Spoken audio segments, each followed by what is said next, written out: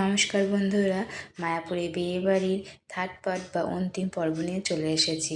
বিয়ের পর দিন সকালবেলায় উঠে বলা হয়েছিল যে যৌতুক বসবে, তাই সকালে ঘুম থেকে উঠেই রেডি হয়ে নিতে। তো এখানে যৌতুক বসে গিয়েছিল, আমরাও রেডি হয়ে কিছুক্ষণের মধ্যে চলে এসেছিলাম। তো বাড়ির বড়রা যারা যারা যা যা গিফট দিয়েছিল সেগুলো সব যৌতুক হিসেবে দেওয়া হলো এবং আশীর্বাদ করা হলো। আর মেয়ের মামা বাড়ি থেকে যেসব দান সামগ্রী দেওয়া হচ্ছিল সেগুলো তাদের হাতে তুলে দেওয়া হলো। তারপরে আমাকেও আশীর্বাদ করতে বললে আমিও আশীর্বাদ করে দিলাম এবং কিছু উপহারও দিয়ে দিলাম। তারপরে ওখান থেকে বললো এবার বিদায়ের পালা, কারণ ওদেরকে তাড়াতাড়ি বেরোতে হবে, যেহেতু এখান থেকে ছেলের বাড়ি অনেকটা দূর। তো সকালবেলা না বেরোলে ওরা ঠিক টাইম মতো পৌঁছাতে পারবে না। তাই ওখানে যৌতুক আশীর্বাদের পর্ব সেরে নেওয়ার পরে এখানে গাড়িও চলে এসেছিলো। তো এখানে বর কনে দুজনেই গাড়িতে উঠে পড়লো।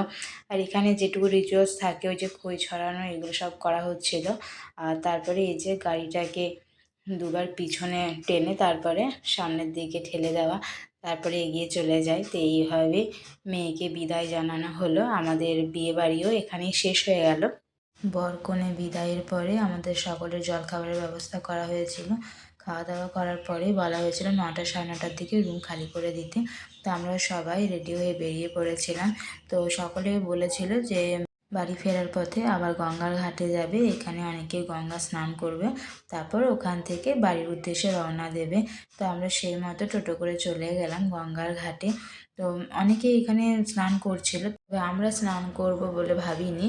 তো আমি বারবি বিউ আমরা ঘাটের কাছে বসেছিলাম। তা সকালবেলায় গঙ্গার ঘাটে বসে থাকতে বেশ ভালোই লাগছিল, হালকা হাওয়া দিচ্ছিল আর আমরা এখানে বসে বসে গল্প করছিলাম। তো বিহু সেই ফাঁকে আমাকে একটু আদর করে দিচ্ছিল, যে মাকে আমি আদর করছি।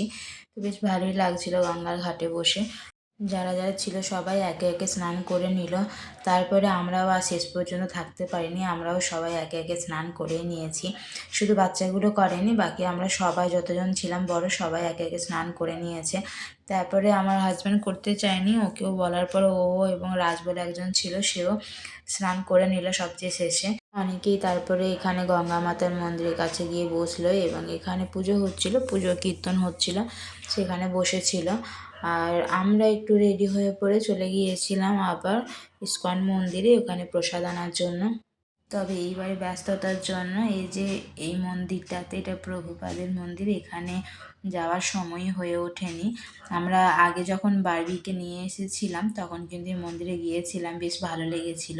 তবে এখানে যাওয়ার আর সময় হয়ে ওঠেনি, তাই এখানে প্রসাদ কিনতে যখন এলাম তখনই একটু বাইরের থেকে জাস্ট সকালবেলা ভিডিও করে নিলাম।